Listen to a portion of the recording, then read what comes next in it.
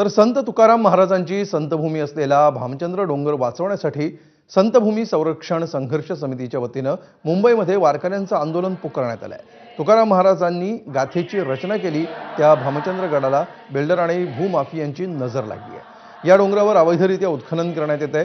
त्याविरोधात मुंबईमध्ये आझाद मैदानावर येत्या 10 मार्चला राज्यभरातील लाखो वारकरी आंदोलनासाठी जमणार असल्याचं सांगण्यात येत आहे। त्याआधी राज्यातील प्रत्येक जिल्ह्यामध्ये वारकऱ्यांचा मेळावा घेण्यात येणार आहे।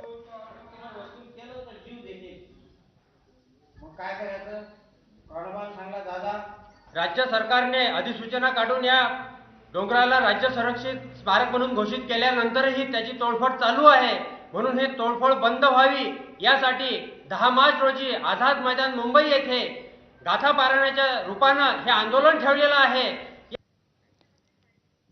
22 जानेवारी रोजी मुंब्र्यातून 3 महिन्यांच्या चिमुकलीचं अपहरण झाल्यामुळे संपूर्ण शहर हादरलं होतं। मात्र मुंब्रा पोलिसांनी वेळीच आणि प्रभावी कारवाई करत